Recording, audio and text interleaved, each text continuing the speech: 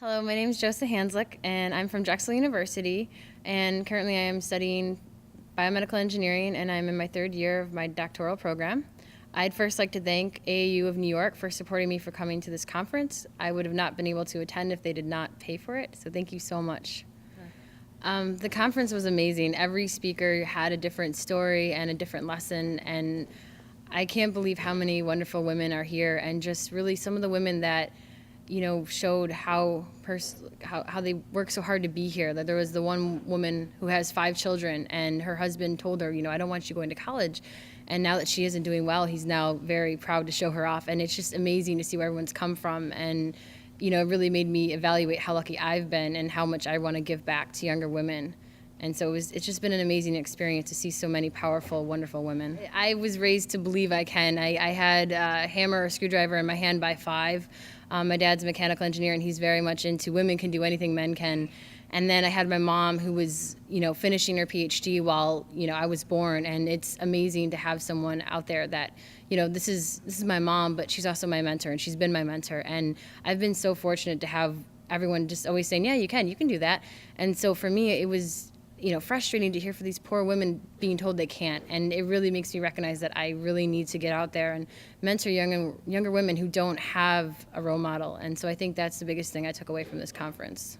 When I first came into the conference, I probably thought something a little different, but now it's really true that it seems like it's self-doubt and not having enough confidence. It's not capability-wise. Most of these women can learn, I think, anything they put their mind to, and I really truly believe that. And I think it's really this self-doubt. There was one session we were sitting in, and they kept saying, oh, women hate math, and I can't do math. And I'm sitting there looking at them, you can do math. Like, I love math, and I taught some women who weren't that good at it, but I taught them enough that they could pass their courses. And if you truly want to do something, you can do it. And I think that it's not that we can't do it, we can. We just have to believe in ourselves. So it's really self-confidence as women together we need to work on.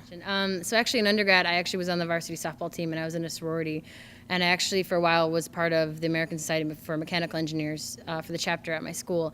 And then when I went to grad school, it really was a switch to more looking at what I want to do with my career, and I really want to become a professor at the collegiate level and really teach and mentor students. So I kind of switched gears and became involved in my grad association for biomedical engineering.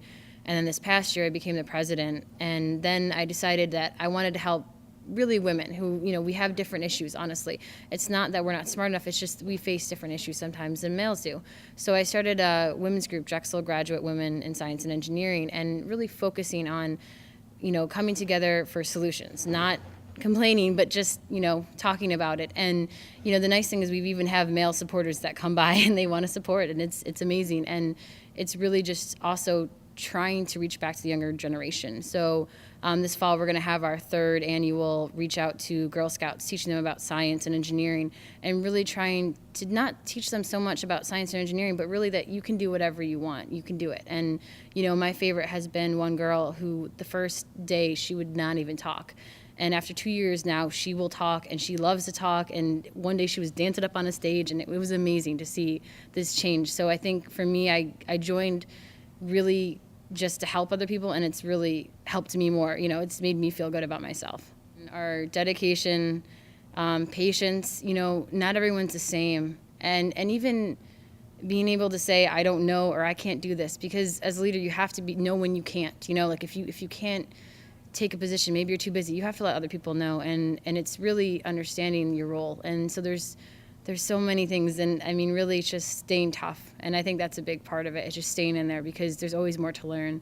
And I think every day I'm learning something new from the people I work with. So there's just so many characteristics.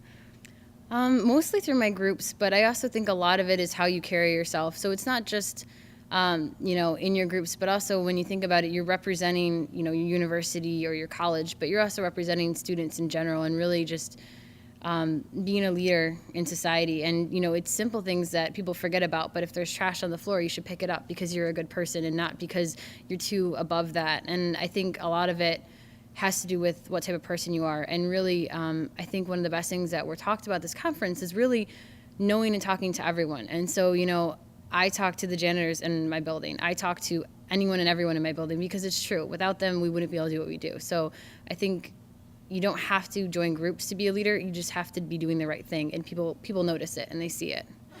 So originally I started in mechanical engineering because I really loved working with my hands. Like, I love to fix things, I like to take them apart, I like to put them back together, and that is so much fun to me. And I love math. I mean, I will do math for fun. I am that dorky girl.